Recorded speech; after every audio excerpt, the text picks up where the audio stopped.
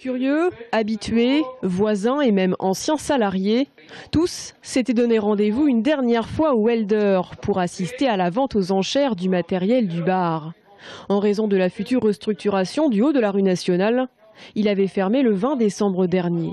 C'est encore tout le matériel avec lequel j'ai travaillé, etc. Du coup, j'ai pas encore de sentiments ou de ressentiments.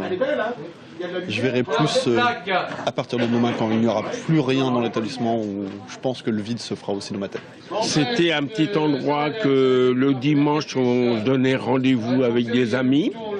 Et on aimait bien prendre le petit café, tout ça. Et c'est un bar qui est ancré dans la ville de Tours depuis X années.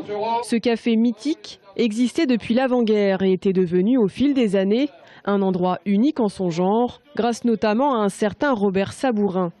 Grande figure tourangelle, cet ancien journaliste et propriétaire des lieux, décédé en 2011, avait été le fer de lance d'une époque où hommes politiques, chefs d'entreprise et clients lambda venaient se retrouver autour d'un verre. Et c'est Robert pour moi qui part une dernière fois. Voilà, c'est un peu le dernier. J'ai presque envie de dire c'est le dernier pied de nez que Robert fait à la ville de Tours. Pour les derniers propriétaires qui ont vu défiler 3 générations en 20 ans, le Helder, c'est aussi des rencontres marquantes et des anecdotes. J'avais un client qui va rester anonyme.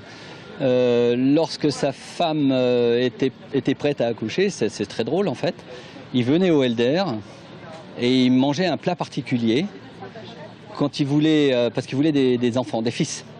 Et il est venu une première fois, il a mangé ce plat particulier, il a eu un fils. 3 ans plus tard, sa femme de nouveau était enceinte et avant qu'elle n'accouche, il est revenu. Il a mangé le même plat, il a eu de nouveau un autre fils.